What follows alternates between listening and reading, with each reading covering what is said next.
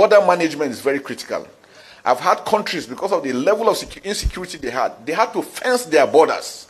I know sometimes when you mention, people say, no, it's impossible. Pakistan fenced 1,350 kilometer border with Afghanistan. That was the only time they had peace. Saudi Arabia and Iraq, 1,400 kilometers fenced completely. Can we start thinking of fencing our borders? We have 1,500 kilometers with Niger Republic, 1,900 kilometers with Cameroon. Chad is there. All over us, surrounded by Francophone countries, and the Sahel is heating up. If we don't do anything, when the Sahel falls, it is Nigeria that everybody is interested in. Because they believe Nigeria is huge, Nigeria is big, Nigeria is rich. And that is what we should start thinking about. How do we secure fully and take control of our borders? It is critical for our survival. It is critical for our sovereignty. Now, that was the former Chief of Defense Staff, Christopher Musa. Now, the question is, why did President Tinubu sack this man? Now, they said, there was a coup attempt, this and that. Why? What was the real reason why President Tinubu sacked this man? Because everything he has been saying from the beginning are things that are happening and things that could be done to solve the problem of insecurity. But yet he was sacked. This man looks like someone that if you give him the right tools, he would make things happen.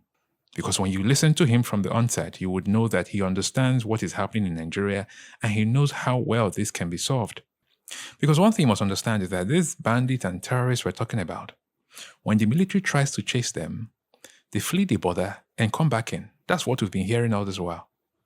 So imagine that we fence the entire country. First of all, they'll run away because when we fence the entire country, they can't run out and come back in anymore. And so some of them that really wants to run away will first of all run away from the country. And the ones that wants to stay in and cause trouble will stay in and cause trouble until they are being apprehended or taken out by the Nigerian military. You have to fence. People build their houses and they fence their houses for the sake of security.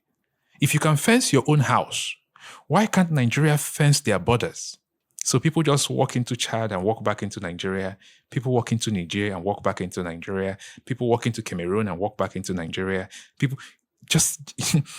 It just makes you understand that Nigeria have designed herself to remain porous. With the amount of money that we spend on frivolities, we cannot secure our own country. We need to secure our countries to lock these bandits in or lock them out. Either ways, to lock the terrorists in or lock them out. So I agree with former CDS Christopher Musa. I agree with him. I agree 100% with him.